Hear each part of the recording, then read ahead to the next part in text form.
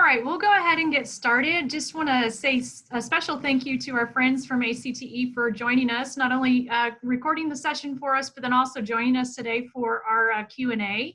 And so we have Steve DeWitt, the Deputy Executive Director, and Alicia Hillslip, the Senior Director of Public Policy. So any questions that you have related to Perkins or ACTE, these are your people. So we're happy that they're with us today. Steve, I'm going to let you start. I know you wanted to maybe say a few things and then maybe talk about Alicia's roles and things like that. So go ahead. Yeah, thank you, Clayton, and thank you for allowing us to be here today. We are, for those that don't know ACTE, we've been around for about 100 years.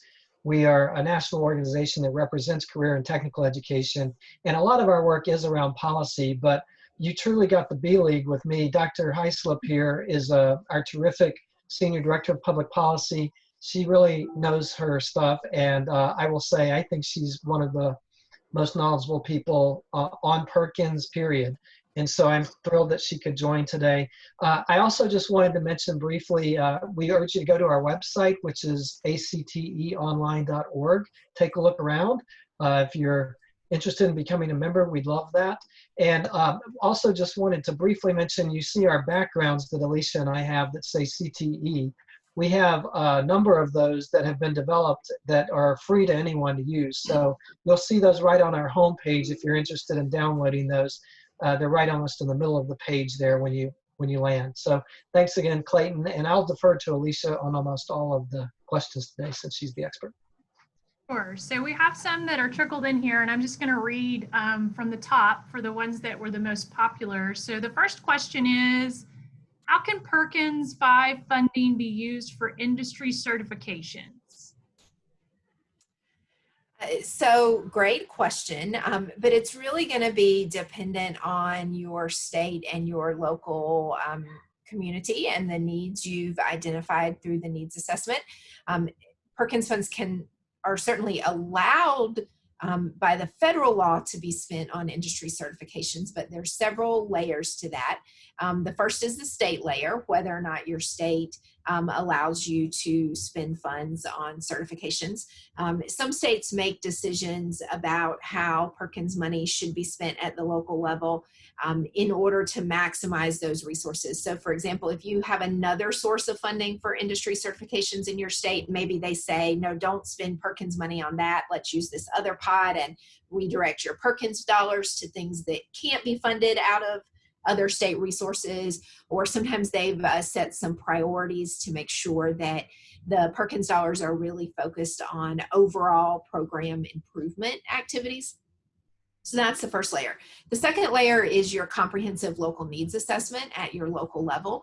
You have to remember, and this is probably the most important thing I'll say in response to many questions about using Perkins funds, and that is every Perkins expenditure under Perkins V has to be linked back to the comprehensive local needs assessment. So if in your needs assessment, when you talk to employer stakeholders in particular, they emphasize the need for students to have a particular industry certification, then that would help you draw that direct line toward how you're spending those Perkins dollars. And there may be other things employers had said, or in your students or your faculty say it, there's not just one right way to draw that line, but somewhere in your local needs assessment, industry certifications would have had to be lifted up in order for them to be funded through Perkins V.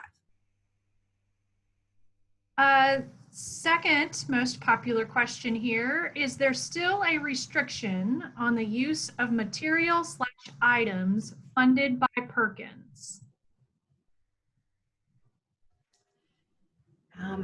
Any insight as to what type of restriction the person is referring to? Any more details? There is not. I guess if you were the person that asked that question inside the conference platform and now you're on the Q&A, if you could maybe clarify in the chat here.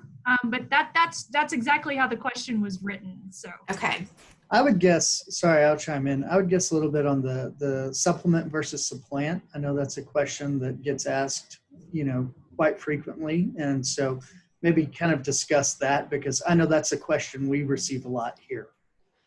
Sure, and supplement, not supplant, definitely does still apply.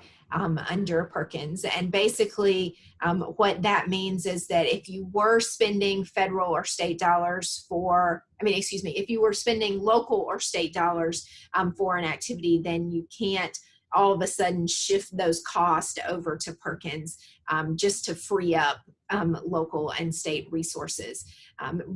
And the rationale behind it is really that Perkins dollars, as other federal funding, the rule about supplement, not supplant is not unique to Perkins. It kind of exists across a number of pieces of federal legislation. But it's really that the federal dollars are supposed to provide supplemental activities, and state and local dollars are supposed to provide the foundation level of support necessary to run programs. There are a number of exceptions to supplement, not supplant, though, and a big one that will come into play over the next year, most likely, is that if a grant recipient at the state or local level can show that they would not have had those resources from the state or their local budget, for example, if local tax revenues drop dramatically, and so their local portion of their budget has to be cut significantly, and they would have to cut activities. If that can be documented, then you can use federal dollars to fill in those gaps, even if you paid for something last year with state or local money.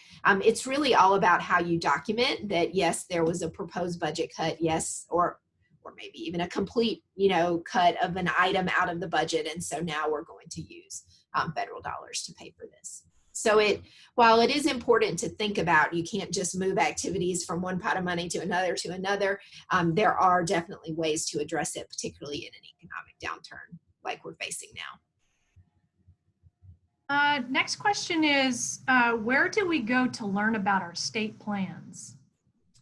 Great question.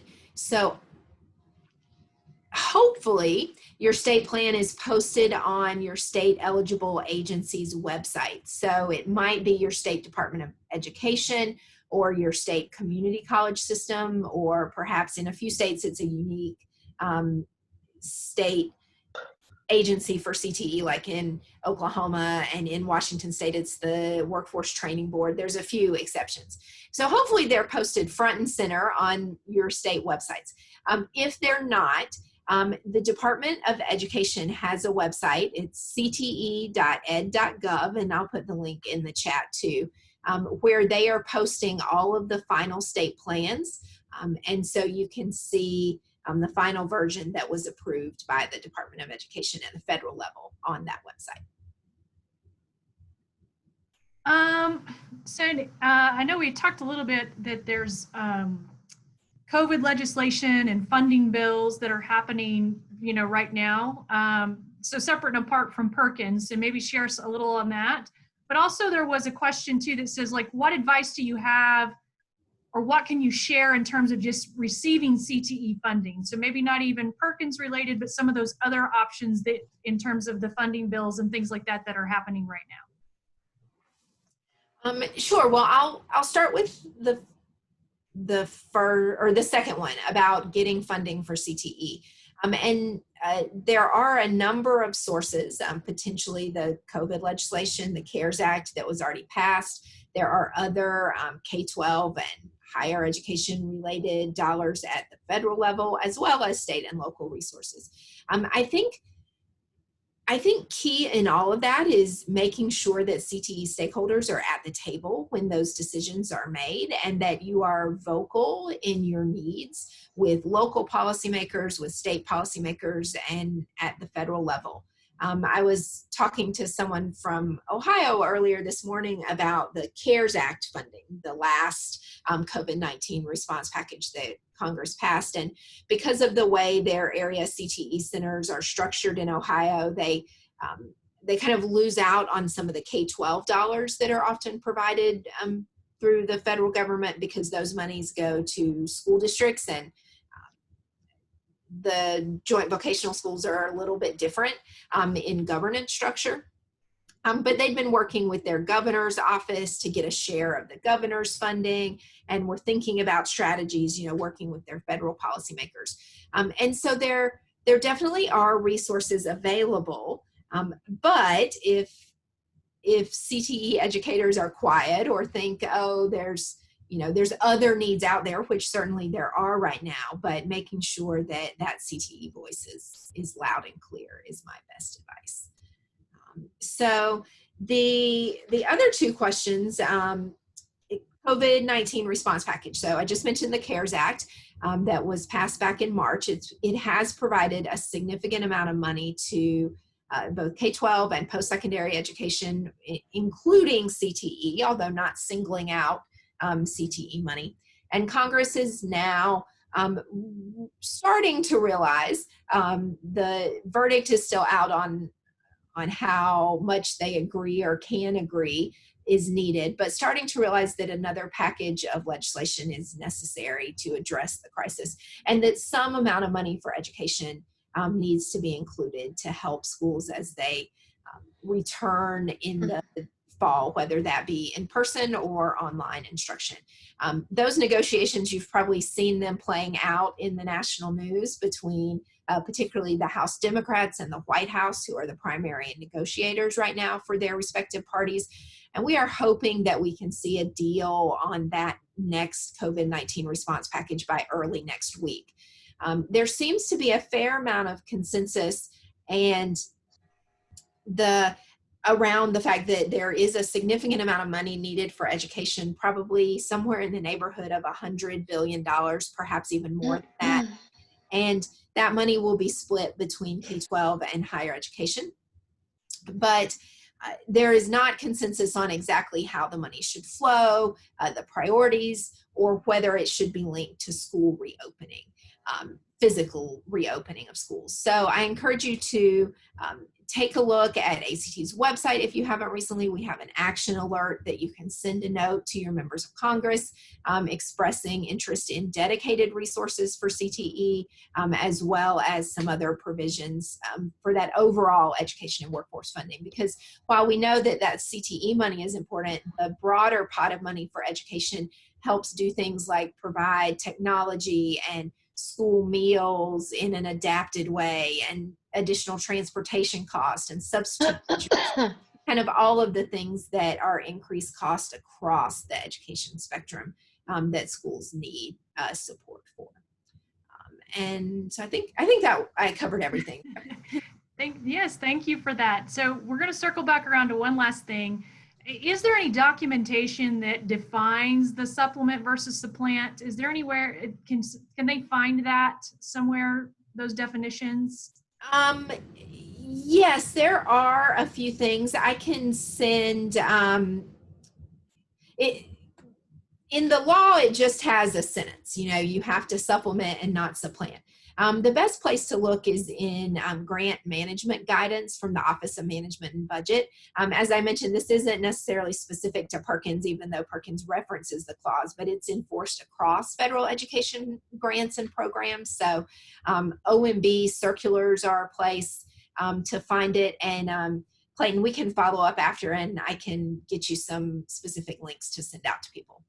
Awesome. We can include those for when you guys come back to our platform and want to look at the sessions again, or some information, we can post that there. Okay. All right. Well, that's our time. I do know that there's a very important code that I need to share with you. I'm going to put that in the chat here for everyone, so you can put that into your challenge, so it can document that you attended this session. I've put it in the chat. It is PERKV 015. PERKV 015. Thanks, everyone, and thanks to our friends at ACTE, and hope you enjoy the rest of the sessions today and tomorrow. Bye-bye. Thank you. Bye.